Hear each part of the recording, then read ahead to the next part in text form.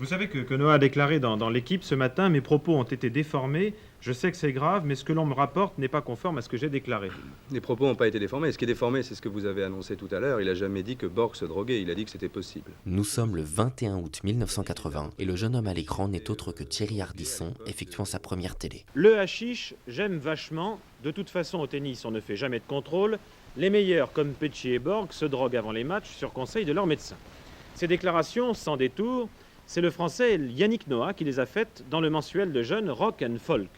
Vous imaginez facilement qu'elles ont eu l'effet d'une bombe dans le monde sportif. Alors avec nous sur ce plateau, celui qui a recueilli ces déclarations de Yannick Noah, Thierry Ardisson. Thierry Ardisson, vous savez que cette interview est déjà contestée. Alors, dans quelles conditions et comment s'est-elle faite? Elle s'est faite chez Noah un après-midi entre 5h et 7h30. À Paris. À Paris, oui. Avant donc qu'il parte à Flushing Meadow. Avant qu'il parte à Vichy pour s'entraîner. Oui.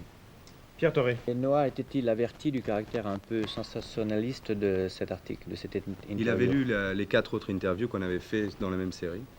Donc il connaissait le style. Il connaissait le style de descente de police.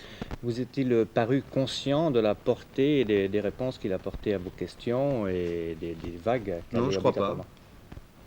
Vous savez que Noah a déclaré dans l'équipe ce matin, mes propos ont été déformés, je sais que c'est grave, mais ce que l'on me rapporte n'est pas conforme à ce que j'ai déclaré.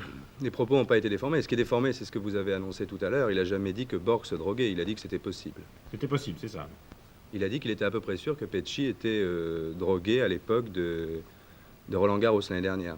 Est-ce que vous avez fait lire ou vous avez lu à Yannick Noah avant de publier cette interview? Jamais, il ne nous l'a pas demandé, on ne l'a pas fait.